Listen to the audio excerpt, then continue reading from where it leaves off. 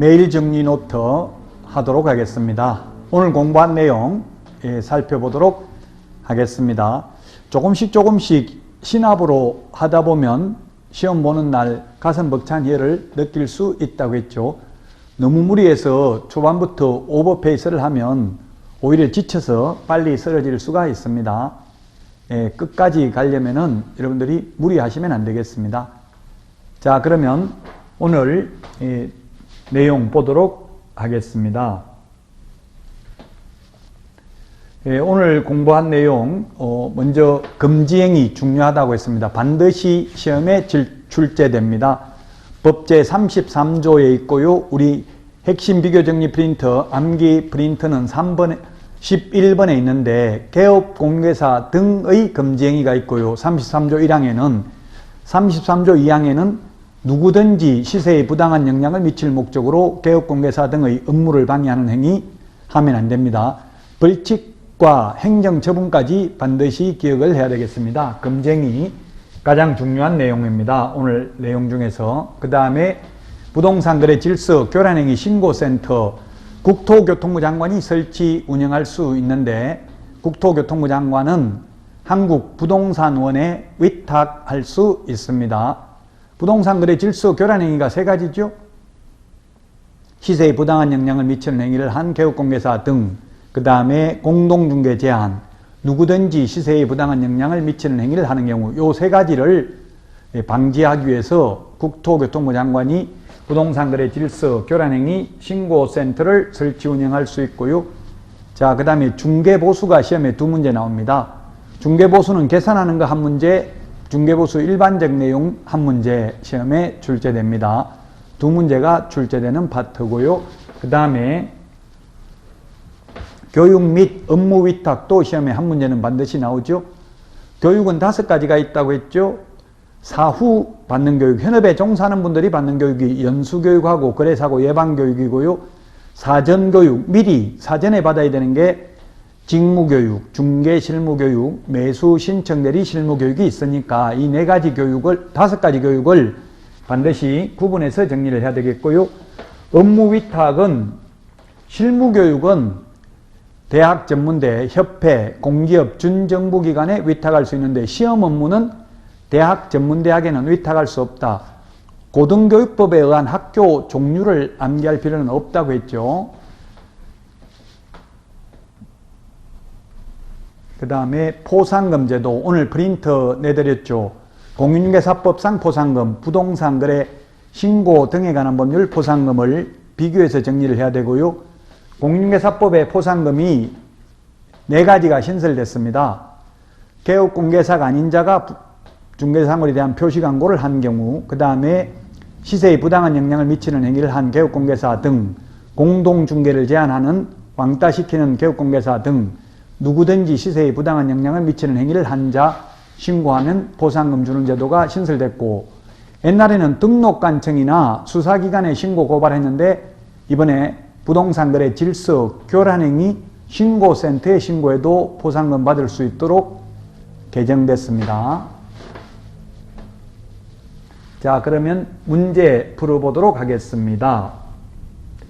중대한 과실로 인하여 손해를 입힌 경우에 하나여 배상 책임이 있다 했는데 경미한 과실도 손해배상 책임이 있습니다.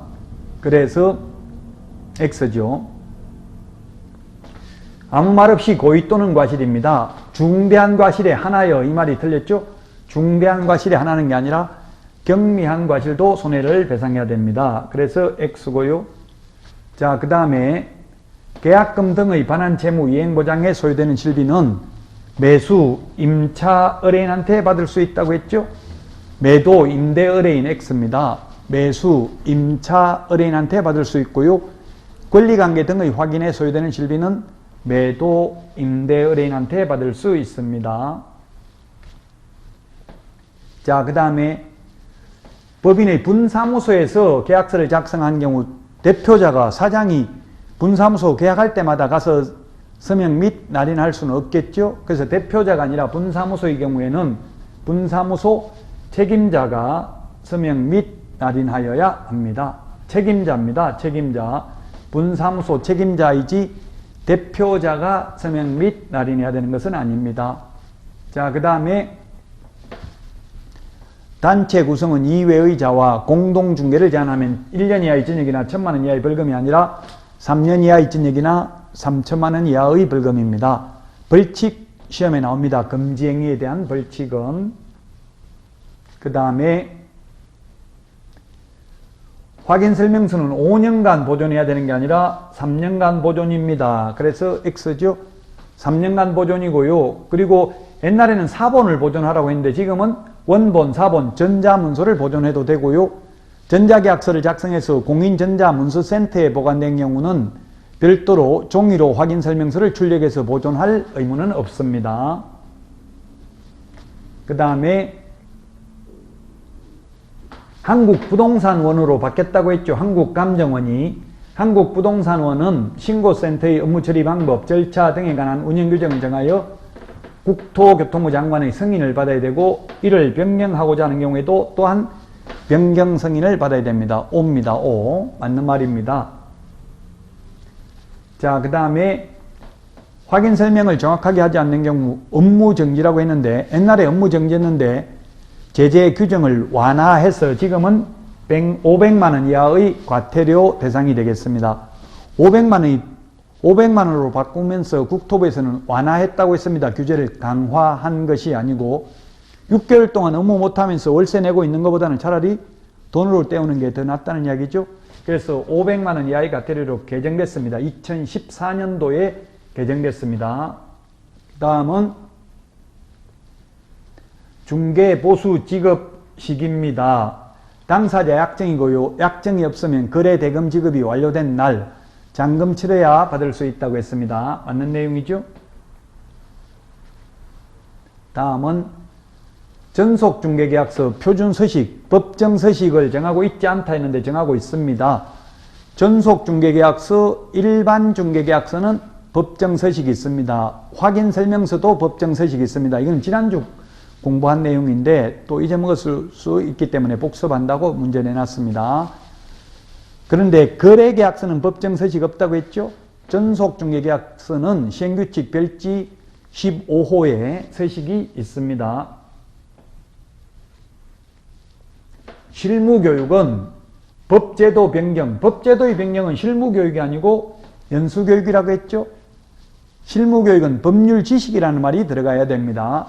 실무교육은 법률 지식, 연수교육은 법제도의 변경사항이 되겠습니다. 그래서 X입니다.